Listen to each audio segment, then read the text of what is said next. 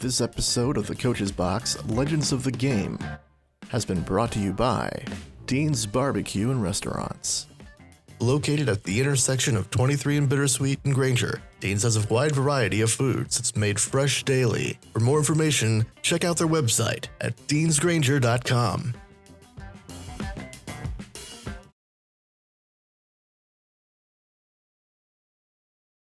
Good evening, everyone. Welcome to the Regional Radio Sports Network. We're broadcasting live and in living color from Beef O'Brady's, State Road 23 in Granger, Indiana. My name is Paul Condry, along with the legendary Ron Hecklinski. Great to be with Coach here again tonight. Legends Volume 4 here today.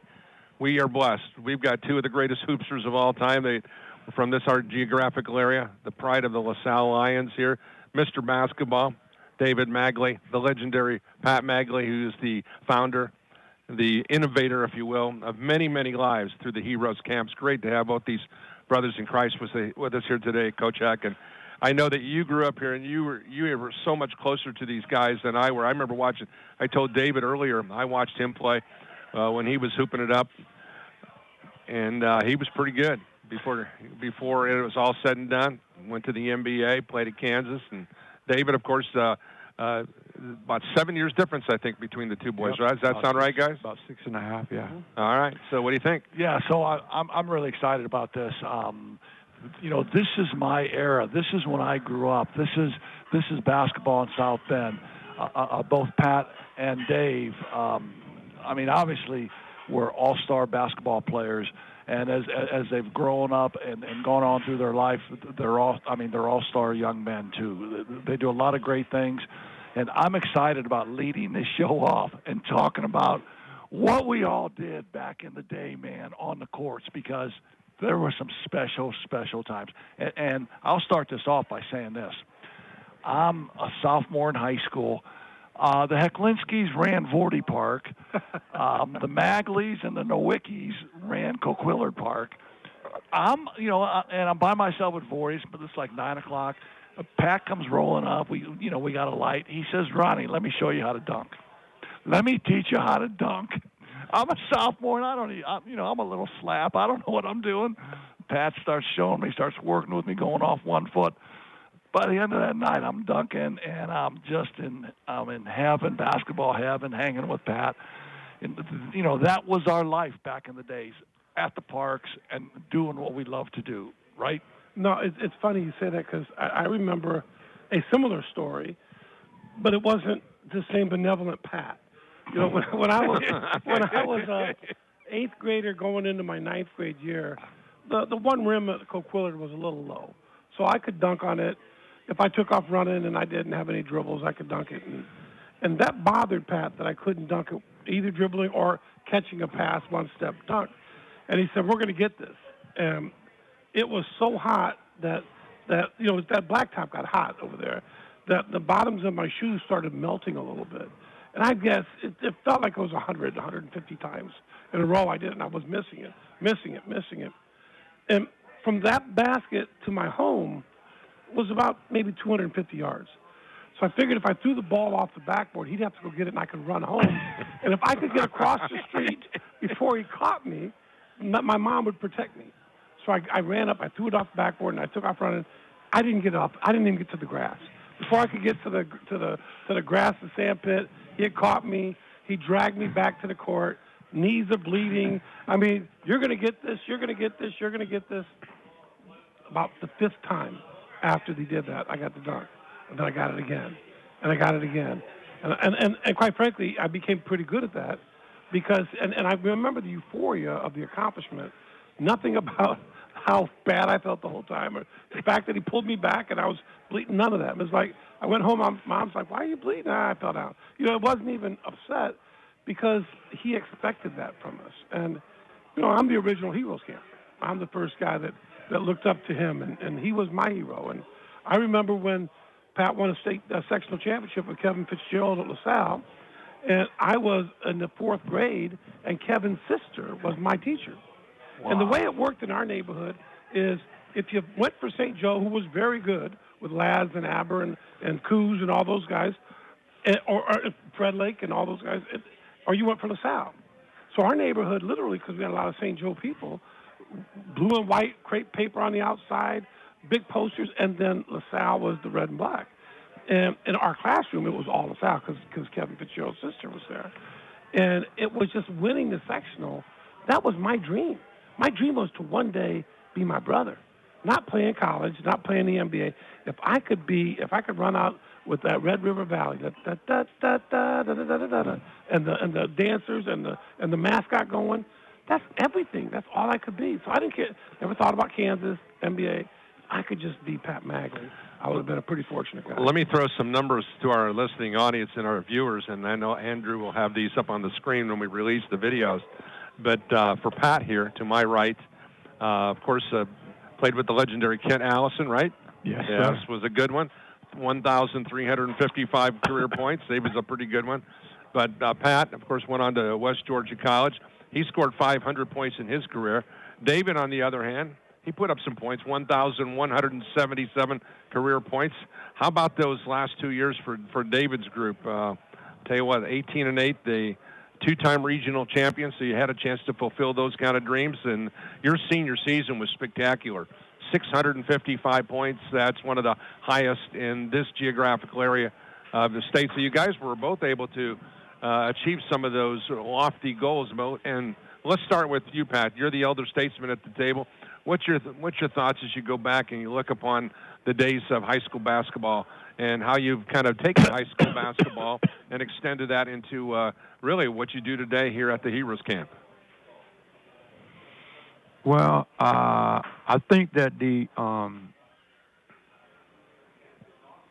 understanding of where we came from, there's nothing parallel to it today, because people don't attend high school basketball, and class basketball has taken away the Lagudis, the small champion.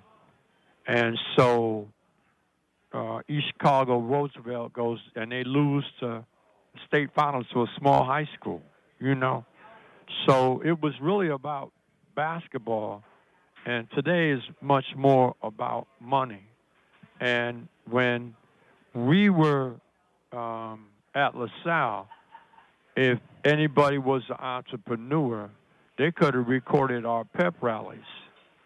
And the music was off the chain. There were people skipping school all week, but they would come. And they would come from other schools to our pep rally, And they were scalping tickets, $25, $50 to a LaSalle game. And they would be packed by the B team. The halftime of the B team game, the fire marshals there and turning everybody away, And so the whole understanding what it was to be an athlete at LaSalle, at Adams, at Riley. Washington wasn't very good, but they were outstanding in track and football. And St. Joe, Elkhart only had one high school at the time. Michigan City only had one high school at the time, and they had 4,000 students. And so for me to walk down the street, by the time I got up on Ardmore or Lincoln Way, I didn't have to put my thumb out to get a ride. I mean, it was like I was an NBA athlete, and I realized that I didn't want everybody to know that about me and know the inner working of me. You know what I'm saying? So basketball was a great place for me to find my oratory, to be able to speak and communicate about things. And, man, the runs, I go to Linden before they built King Center, and if you lost at 10 o'clock, winners were till 2. And they came from Benton Harbor. They came from Gary. They were there from Notre Dame, all over the city. And, I mean, it was the era, man. I mean, if you wanted to get down, you had to get up early to get down, And, I mean, today, man, it's basketball has kind of evolved into a babysitting thing. You know what I mean? That people, they kind of like to play, but, man, we love the game. Are you listening? Kind of tell the truth. When I grew up listening, let me say this. I go shovel the snow at Coquitlam, at West Haven Park, take my ball I got for Christmas. The older guys come play. I'm 12. They're 16, 17.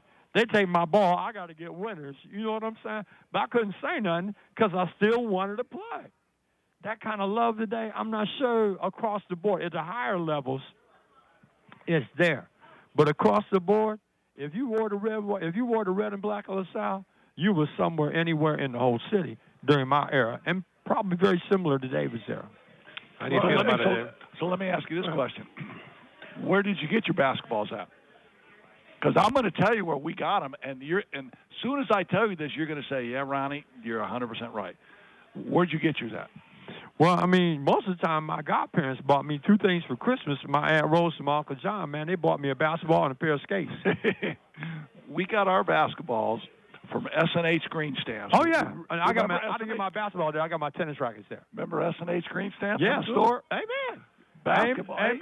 I mean, I got enough stamps. Yeah. Can I get a ball? We didn't understand about hand-me-downs. And we didn't understand about darning clothes because our parents came through the Great Depression.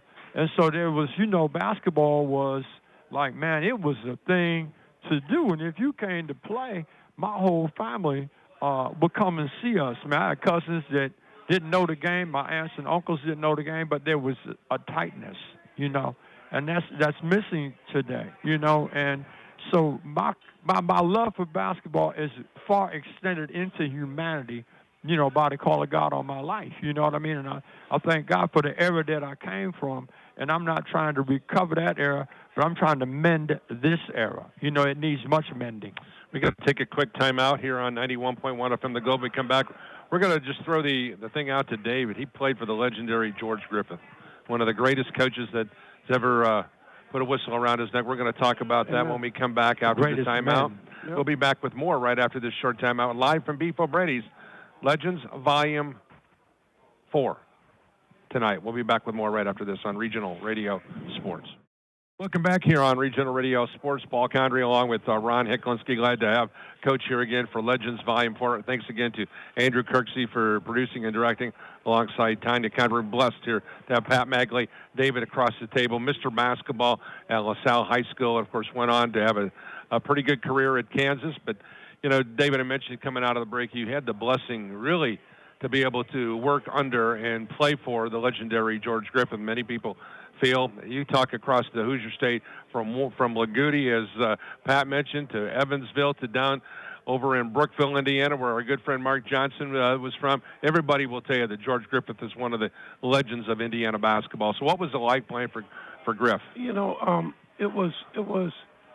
was great.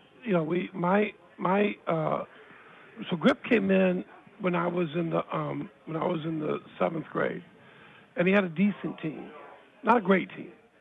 The next year, Griff cut 7 returning players, including my brother Bill, in the 8th grade. I was in the 8th grade. Billy was a junior. No, Billy was a junior. And no, Billy was that was the 7th grade. Billy was a junior. And so when Billy came back as a senior, he worked all hard to prove he was good enough to make the team. And then when he made the team, he took the uniform and threw it back in Griff's face.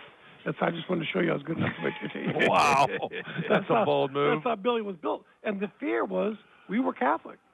We can go to Notre Dame. We can go to St. Joe. We don't have to go to LaSalle. So, and I had 2 chances because I was going to go to Central, and then after Central I could transfer again because there was no freshman class at LaSalle back then.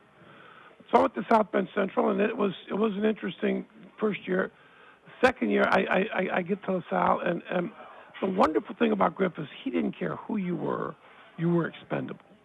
And when I was a senior, and my mother died, and the weekend we buried my mom, I scored 40 in the first half of the game.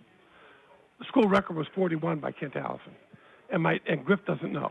And then he probably didn't care because he was playing Lafayette Central Catholic. They weren't very good. Didn't mean nothing to beat them. So Mags, why let you? So I didn't play in the second half. So I didn't break the school record. And he the next day is like, "Hey, I didn't know that. And your dad is losing his mind. You've got to score 42 next game just to get your dad off my butt." But a few games later, we played St. Joe, Michigan for some reason. I don't know why. And I was awful. I was 6 for 30. Donnie Gandy, a young man that would go on to play at Oklahoma, was great. Griff knew how to get at me, so he was hyping Donnie after the game and saying nothing about me. And I pouted all the way home from St. Joe, Michigan. And that was on a Saturday. On a Sunday morning, I woke up. My dad's gone. My brother's no one's there but me. And I pick up the phone and call Griff, and I said, "Griff, I don't think this is working out. I think I'm going to go to Kansas. I only have a few weeks left in the season. My mom died. I hurt my shoulder. I just don't think I want to play anymore. I appreciate all you did. And I hung up. And Griff goes, okay, well, we're going to miss you. And I go, oh, wait a minute, you're going to miss me? I just knew he was going to say, Mags, no, you can't quit. We need you. We love you. And his wife, Ann, goes, George, who was that? He said, it was Mags. He said, well, what did he do? He said, I think he quit. And she goes, well, you got to call him back? He said, it was the longest 3 minutes of his life till I called him back and said, hey, I've been thinking about that. Maybe I won't quit. And he said, just so we're clear, only because you lost your mother, I'll let you back. But don't ever bring that up to me again. And he was that strong that he was willing to let me go to prove a point. But when my mother passed and I needed to go to an all-star game, Griff was there. Griff would take me. Griff would be there. This is the great thing about the west side of South Bend. If BJ and Pat are gone to the other side of town and Billy's not around much and Susan's living someplace else, my dad's struggling, my neighbors would knock on my door and say, you got something to eat? I mean, it was incredible. We made an extra pizza today, homemade Chef Boyardee pizza. My next door neighbors, and we know you'll love it. My mom made one for it. Someone else, hey, we made some goulash like your mom used to make. I mean, that's the neighborhood we grew up in. And they may not have understood a lot, but they understood hurting people. And we were going through some stuff. And we lived in a neighborhood that went, so for me to have a charmed senior year, first of all the scoring and all that stuff, that's playing with a bunch of unselfish guys. Pat couldn't have done that. He didn't have those types of teammates. He had great teammates, but not my kind of teammates. My kind of teammates, I could score 47, we get 56, and they're just as happy as I am because they want to win. They saw we won as a junior when I had a lot of talent. Senior, we didn't have quite as much juice, but we had these incredibly unselfish kids. And them and Griff. But the last thing I got to tell you, I know I'm taking up a lot, the worst day every week was when the door would swing open and Pat would walk in. Because once a week or twice a week, I would get full of myself, and Griff would make a call out to Pat. And Pat would come from work angry because he's got to get off work at a factory at Bendix, greasy, dirty, carrying sneakers. Like, if I got to come over here and teach you a lesson, it's on. And sure enough, he'd lace them up, and if he had to play defense the whole time to stop me, it was going to be brutal. And Griff he's chuckling, and Pat's knocking me down. Or if he was the offense and I was the defense, he's scoring every single time. And the whole thing was to say, as good as you think you are, you're not there. And that's what he would always tell. I scored a bunch of points in the sectional, and Pat said, great quote, congratulations, you scored 42 on Washington, 47 against Washington. You do know Dave Kowalski's never had 16 points before, and you gave up 16 points. It's like right back to say, don't get so full. Roger, right back down to earth. Well, that's what a good brother does, right? Right. No, it's all about family, and family back in that era. I mean, took care of all of us. I mean, I had older brothers too, and Donowall would call my brother Donnie, and he'd bring Donnie into practice with the sole intent and purpose just to beat me up. Mm-hmm. And that's how it worked. And I would go home. I would have my eyes dotted up a little bit, and my dad would say, "Hey, Donnie was at practice, wasn't he?" Because that's how it was. Mm-hmm. I mean, our older brothers took care of us. We took care of our younger brothers. And back in that era, it was all about family. It was our neighborhoods were exactly what you described. Mm-hmm. The Rigneys were there with you guys. Rakowskis. It was the same. It was the same in our neighborhood. And I think and I think all of that led to that wonderful era, Right. of high school basketball. I would be remiss to not bring up the Nowickis. And Mr. Nowicki lost his wife early, and Tom, and then Dennis and Jimmy. And I would see them walk to church. And the fear of the Lord is the beginning of all wisdom. And our neighborhood had it like that because we knew there was some things you didn't do. And we didn't need to know where it's at in the Bible. We saw it in life. We said we had models. And Griff was a standard of a model that it was his way or the highway. And today, we suffer from revision, that people revise what the standard is. That's no standard at all. And I think that being around older people and learning, especially if they're transparent, from their mistakes, that they'll be honest with you and talk about those kinds of things. I think that's missing, and I think the number one thing that makes arrogance come into sports is success. Success is your number one downfall because it can mess with your hunger. When you're hungry, you're always going to win because you're going to bring your best. You're going to bring what your contribution is supposed to be. And I've been a great team player. If you are the person that's supposed to average 27, 28 points, you're cool with missing game point and all the hate that go with it. You know what I mean? But that wasn't me. My role, because we were number 2 in the state my senior year, but number 3 in the nation, above Powell Memorial, above DeMatha in D.C., above Bourbon Bay in L.A. You know what I mean? To go to LaSalle basketball game was something, all that I learned and brought forward, I understood in hindsight that I'm a debtor to the sport, I'm a debtor to the neighborhood, I'm a debtor to Christ, and everywhere I go, I pay my debts because people today, they're unlearned. They're unlearned because they know more, but they do less because our models they're not solid. They're not solid. That's a great point. My parents had a solid marriage, and they raised children that had solid love for each other. Now, that didn't mean we didn't fight, but there were some things that what we were fighting about was that, to find a unified communication. And when you got leaders, there's 4 leaders in my family. My brother was the principal. My sister has her own business. And David had been an entrepreneur and a salesman and pro athlete. And, I just do what I do, you know what I mean? And when you got that combination, and you guys came up the same kind of way, when you got that, you don't really know how to parent that. Huh? And so there's a lot of tears, there's a lot of talking, there's a lot of love. And that bursts it again for everybody to see, man. When my mom got sick, the whole city knew. That's pretty humble. I don't mind paying my debt. Mm-hmm. I don't want to leave owing anything. I want to leave something, man, that's lit, that help other people see the way. I'm sorry. We're going to take a quick time out here at Beef O'Brady's. We're going to come back, and we're going to talk about David's and Pat's role models. You mentioned the parents, the importance of those, but now they have since taken on that role as role models where God has got them. And we'll talk about the role model that Pat has had as the guy who's had the vision to put the Heroes Camp together along with his wife, and we'll get some thoughts on David with the basketball league because they're role models still to this day, all through the game of basketball that started at South Bend LaSalle High School. We'll be back with more here at Beef O'Brady's right after this short time out on Regional Radio Sports. You just lost it. Here on Regional Radio Sports, I'm Paul Condry along with the coach, Ron Hecklinski. Glad you can join us here on Legends Night Volume 4. Once again, we thank you for joining us here also on 91.1 FM The Globe. Great to have Pat and David Magley. David, of course, Mr. Basketball during his time. Pat kind of paved the way. He's about 6.5 years older. But, guys, we talk about role models. You guys had role models. I'm going to ask you to pick out a couple, just 2.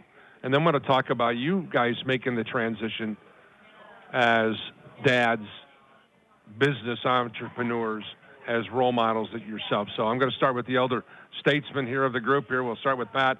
Who were some of the most important role models for you, Patrick? Tom Nowicki, my wife, my mother and father, my aunts and uncles. I started drinking when I was 14, and I used drugs every day until I was 28 from the time that I was 18.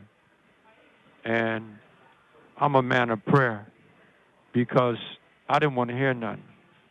But my mom prayed, and my brother prayed and cried out to God for me.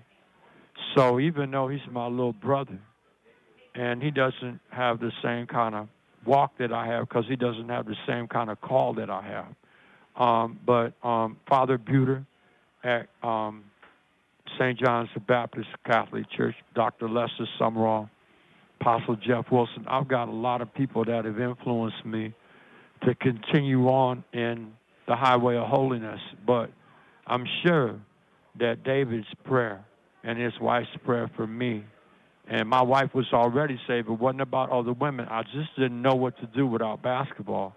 And when I got saved, it was a divine encounter.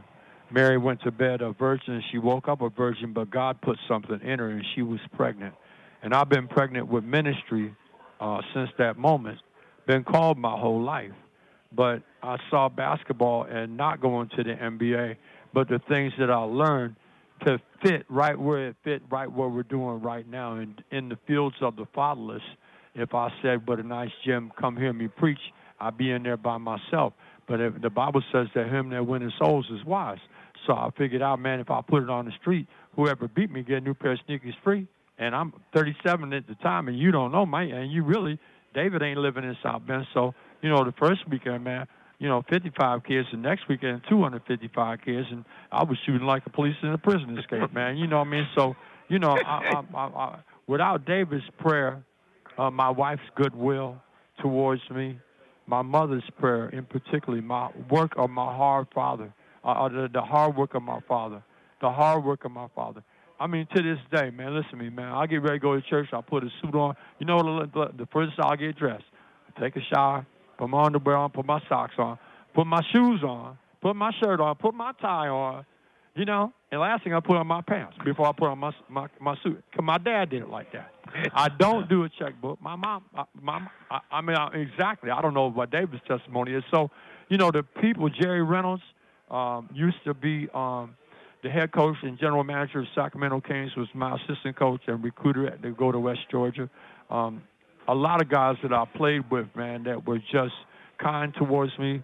Austin Carr, Sid Catlett, Collis Jones, John Shoemaker, guys that were older than me, man, that had time for me, man. And I think that when you have time for a younger generation, it shows your maturity as an adult, especially as an adult believer. Everybody wants to minister to somebody that got money, but nobody wants to deal with someone that ain't got none. And everybody got something. You just don't. They don't know what it is, so they don't know how to believe in themselves. You know what I mean? And a gift will make room for itself and bring you before great people. You're a great man. You're a great man. You're a great man. I'm just, former drug addict, alcoholic, got born again, and I know the way. I don't know if the church know the way. The way. The way. David, role models for you. Quickly, it was obviously Pat and Billy. I was telling you at the break that Billy we would take Clorox bottles and cut out the tops and the bottoms. Billy would nail it up high enough that he could dunk it. I couldn't. I mean, we just played all the time against each other. The other main guy I competed with was Dennis Nowicki, Tom's brother, Duffer, who would coach at St. Joe, would coach at Central, Elkhart Central. Coach where he went. Yeah, and he was the park director. And he was, for lack of a better term, he was an ass. I mean, Duffer's mean. He'd knock you down. He had a little jump hook. And you're 14 and Duffer's 29, and he's knocking you down, shooting hooks, throwing the ball on you. But when you would get done after him beating you up the entire day, he'd say, "Let's jump in the back of my Chevy Vega," a brown Vega that he'd lift up the hatchback, and 12 of us would climb in, and he'd take us to A&W on Western Avenue and buy a couple gallons of And we thought a couple gallons of root beer was the greatest thing in the world. That was the experience. When I became a high school coach, the one thing I did was after every game, I said, "Let's go to Slurpee King." I can't afford Smoothie King, but I can get you Slurpees. And we would spend extra time with the team. And I was telling Ronnie, the Florida's wild, wild west, so you could do about anything. So we had team night where you go get pizza. All that comes from the west side of South Bend, the Wickies and the families and all that we did. So that's what's what. So you look at what you're doing right now. You've gone through the whole coaching things. You're now put together what's a really adventurous project with the basketball league. So let's fast forward to go. You went through the Kansas thing and went to the NBA, and now you're once again using the term that Pat used. It's that you have that entrepreneurial spirit, and now you're in a situation where you're with this the basketball league, and you've got. I think we were talking before dinner here. 50 teams all across North America. Yeah, 47 in the U.S. and 3 in Canada. What an amazing opportunity to minister to kids. Yeah, you know what? It's a vision God gave my wife, and she's the first African American to ever own a male pro sports league. I say all the time, she's not special because she's a black woman. She's very special because she's a black mother. And as a mother, she looks at our young men as if they were our own children. And we want them not to be entertainers, but be entrepreneurs. We want them to have financial literacy courses, but we want them to know how to use their celebrity to impact other lives. And if we can get them dreaming a bigger dream than just playing ball and chasing girls, we're doing something that's special. The blessing for me when Ronnie sat down was, guys, you're just going all the time. Man, I wake up every morning with purpose. I can't sleep past 5:30 because there's too much to do. And that's what I pray for. I want to have, I tell young people all the time, define wealth, don't let it define you. My definition of wealth is love is my relationship with God. I serve a risen Savior, so I'm wealthy. I'm in love with your wife. I've been married 41 years to the same smoking hot wife that I think is beautiful. I've got 4 amazing kids. Love with your kids. You know, my kids love me because I love their mom. And then the last thing is I've got 8 grandbabies. I'm the wealthiest guy you'll ever meet, and I'm driving 200,000 miles on a Chevy Equinox that I'm driving to Sault Ste. Marie in the morning. So I don't have any money, but I got wealth. And this basketball league gives me something that fulfills my need to be needed. So I wake up every morning with something to do, and I'm excited by it. So I'm 63, and I want to go as long as I can. I'm enjoying it. Talk about the teams in Indiana that you have in the TBL. Yeah, so we've got 3 teams in Indiana. We've got Kokomo, who is probably our best run organization in the league. They have the Memorial Gym. Jimmy Rell and Goose Ligon are on the outside of it, and they seat about 5,000. We average a couple thousand fans. It's incredible. Cliff Livingston coaches there, former Bulls, won a championship with Michael Jordan. Then we have a team in Lebanon. Brian Rosum, a former Pacer, coaches there. They outdraw Kokomo. And then we have a team in Medora, Indiana. Now, Medora, Indiana is not the end of the world. Way down south. But you can just about see it from there. Yes. There's only 500 people in this town. The gym seats 1,000. Only in Indiana would they have a gym twice the size of the population. And we average 750, 800 fans. And it's the biggest thing that they've ever had in that town. So, to your point, it's like old-time Indiana high school basketball. Days when we grew up, after the game, Pat would ask me 2 questions when he played. How'd we do, and how many nets did you get? Because the goals would go back up, and Billy and I were tasked with stealing the nets from every gym we went to. Because during the summer, we're going to burn down the nets. And we don't want to have to go steal the nets from Vorty all the time. So we would have to. So have we went to nets. Warren because there wasn't nobody hooping out there. Yeah. So we would go get nets at every game. I mean, that was just the way we grew up. Remember the chain nets we always had? Mm-hmm. Oh, my. Man, the chain nets, you rain a J on a chain net, you hear that chain ringing a little bit. Sweet. The era of, I can't forget about South Bend Central going downstate, losing to Muncie Central with DeWitt Maynard and Mike Warren, Jimmy Ward, Curtis Whitney, Michael Tosky, Carl Simon, Leon Davis, Jimmy King. Jimmy King's son played at University of Michigan, Fab Five. And then the whole Mike Zucchini. And Mike Zucchini. And then the whole time of the era of Washington High School, when Tom Nowicki was there, and Floyd and Lloyd Kerr and Bobby Johnson, Benny Lindsay, Charles Black, Jesse Middlebrook, over at Riley Man. Charles Boxcar Black. Charles, thank you, sir. Come on, Charles man, Boxcar. His grandson came to the camp, man, on Thursday of last week. Oh, And it's cool. amazing, man, that grandchildren, and we have 3 generations that have come to the camp. And so, when I was looking at and the whole racial thing that I have my mind open to be able to observe, man. Now, let me take you back. Maybe you may not know this, man, but during the sectionals, school was closed. No, I the know. first sectional game was like at 10 in the morning. I know. And it was packed. And that was, that was enforced upon my impression, the possibility. And then when Mike went to UCLA, and Wade Fuller, man, he got drafted, man, played for a minute, man, maybe with Oscar, man, at Cincinnati for the Royals. That thing got on the inside of me, man. It's different to put a jersey on than put a call on. And when that thing get on the inside of you, and see, my father already was a professional boxer and played the minor league baseball for the Cubs. So that whole athletic competitive thing was being awakened in me, man. And it wasn't I figured out, man, baseball is pretty cool, man, but not in comparison to basketball. You know what I'm saying? So that was, and like I said, with Elkhart only having one high school, and then Michigan City only having one high school, amazing, man, impact upon. I think maybe I started going 4th grade, And it was great leverage from my parents, man, to do right at home, go to the game, David, think back on your memories of playing Indiana high school basketball, either as a player or as a fan or watching your brother.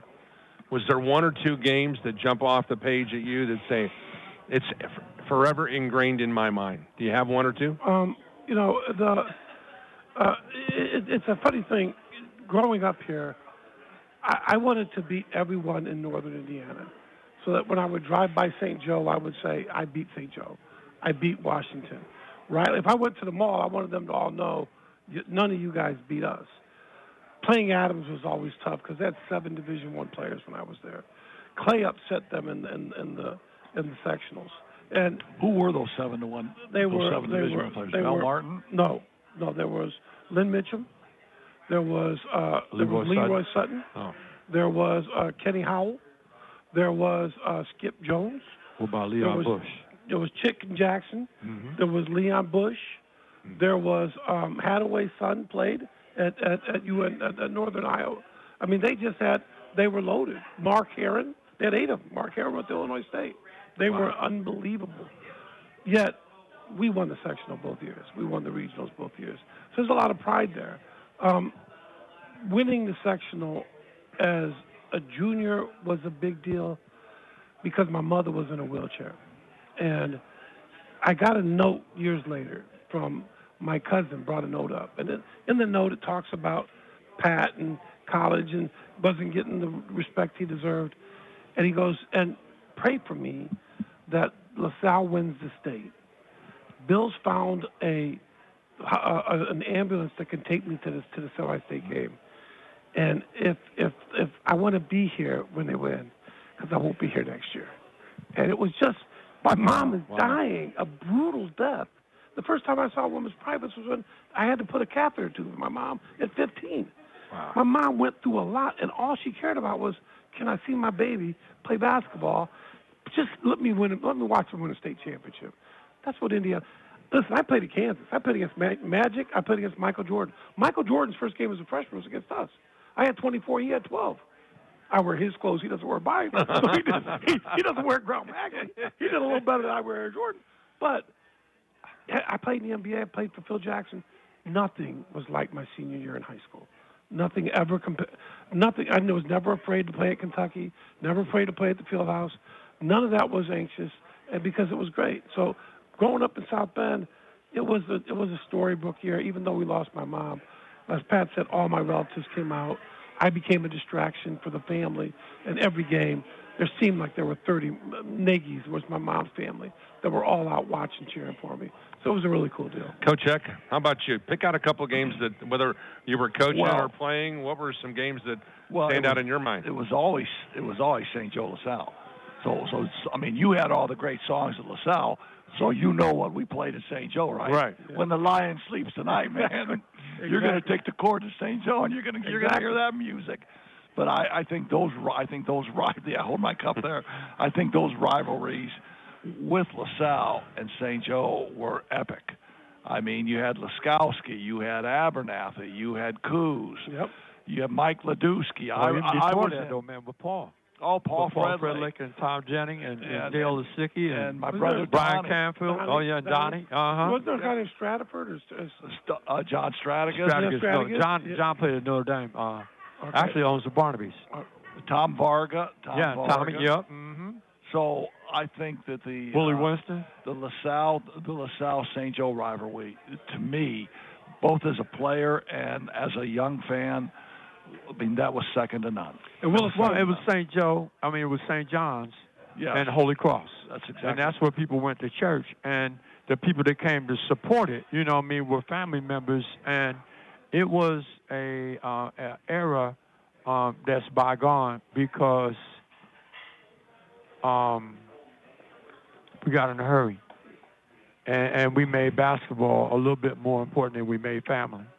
And I think that's always, I always want to center set, and I want to be good for the game today. And I'm not talking about student athlete. I'm talking about child, parent, and what we came up in that will never be recovered again, probably in my lifetime. But that's what we're laboring towards, is a new expression of family. And the multiplicity of opportunities are not going to be brought to other people than people that currently know, to be able to share these types of things. That's what's important about this show right now. So I want to ask the you guys, Fredlicks because grew up just like we grew up. No, exactly, with 9 kids. Right. Yeah. You had 4, we had 6, That's they right. had 9. So let me ask you guys this question, because we weren't involved in this. Our off season, we're at the parks. We never played AAU basketball. Sun up to sun down. Guys are now, they're 14 years old, and they're flying to Vegas to play in AAU tournaments. I never went to Vegas. I never went to Florida.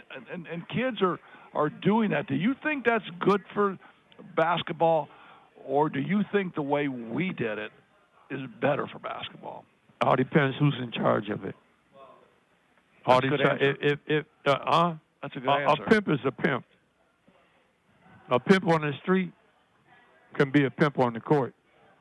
And when there's money involved, the way that it's involved, it takes away the purity where the love is. There's some cast men that are abbreviating their career with load management. But when we get ready to talk about people that are cold-blooded, Havlicek, man, 7, 8 years and didn't miss a game. But if you Bird look at, hurt, man. Magic hurt. You know what I mean? If you look at the 5 best players by ESPN today: Giannis, Luka, Jokic, Joel Embiid, and Steph Curry. 4 non-Americans and Steph Curry. Why is that? Because Giannis, Luka, Jokic, they were pros when they were 13, 14, 16. So let me go back to Dennis Nowicki. Just as Dennis Nowicki beat me up, when I was playing in Spain, if I would have played against Luka Doncic when he was 16, I'd have beat his little ass. At 17, he knows how to armbar me and keep me off. At 18, he's probably as good as I am. At 19, he's in the NBA's Rookie of the Year. We don't do that with our kids in America. North America, Canada, and the U.S., we don't ever play against older guys. They only play in their own age groups, and they're handlers to pass the point. The people with the money, they don't want them exposed. We had a kid that was drafted out of the prep school I started in Canada, top 10.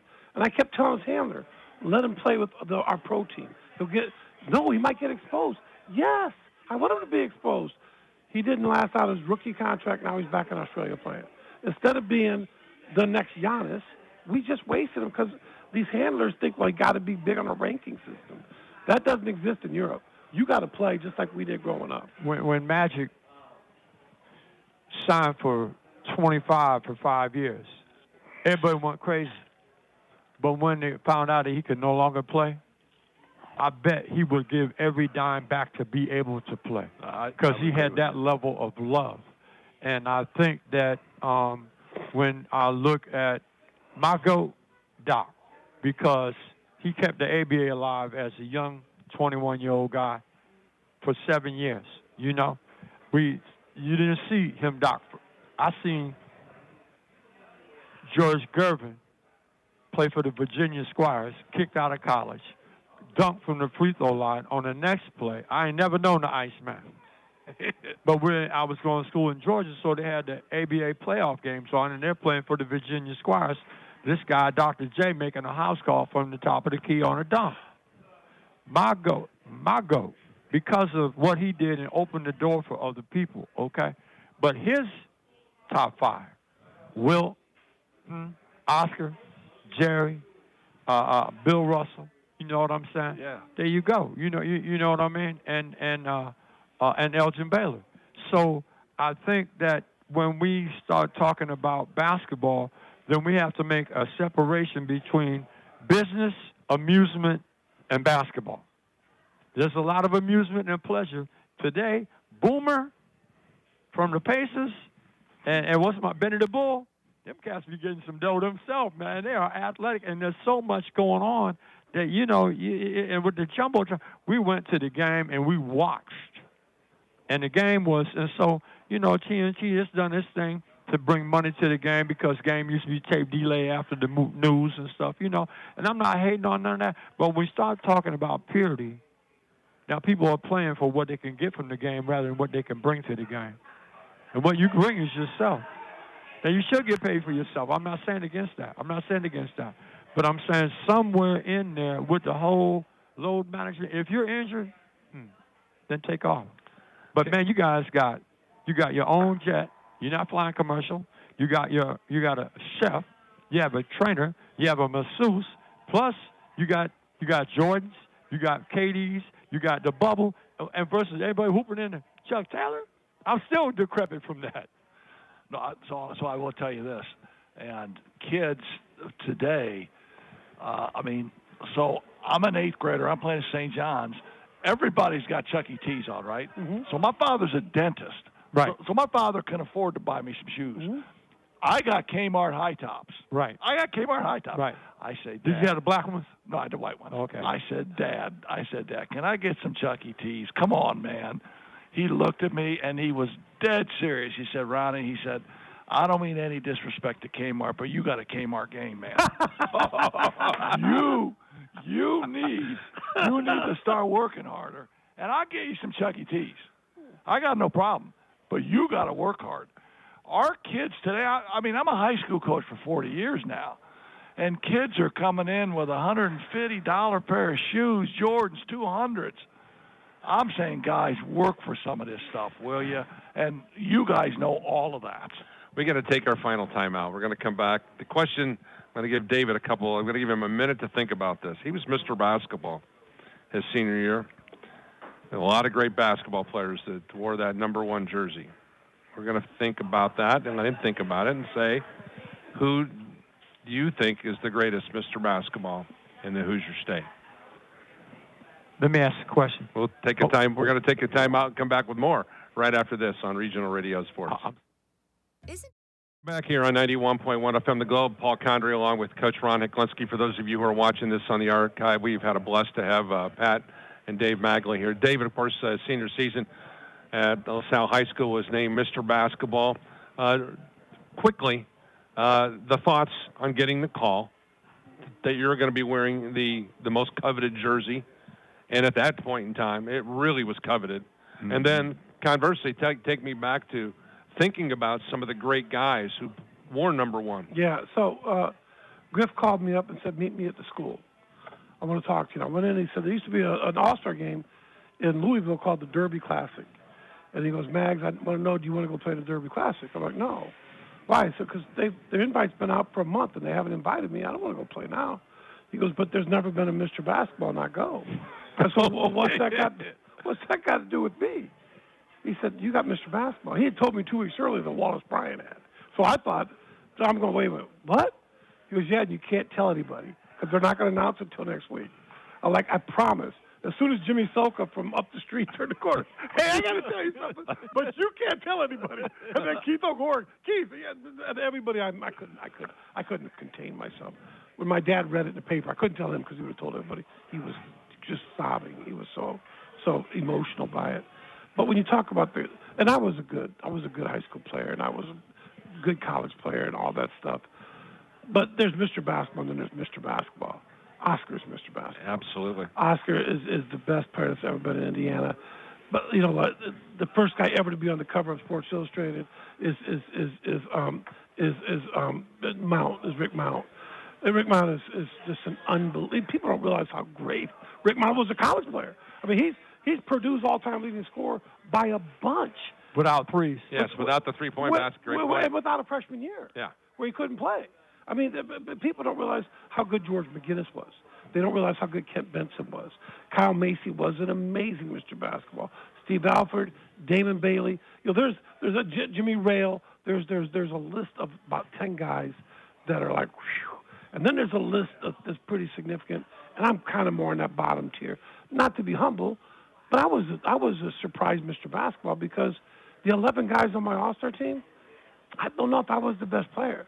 I think I was the best story. I hurt my mom died. I scored a lot of points. I hurt my shoulder. I got fitted with a brace. Looked like my career was over. I scored a lot of points. Second best guy on the team flunks off.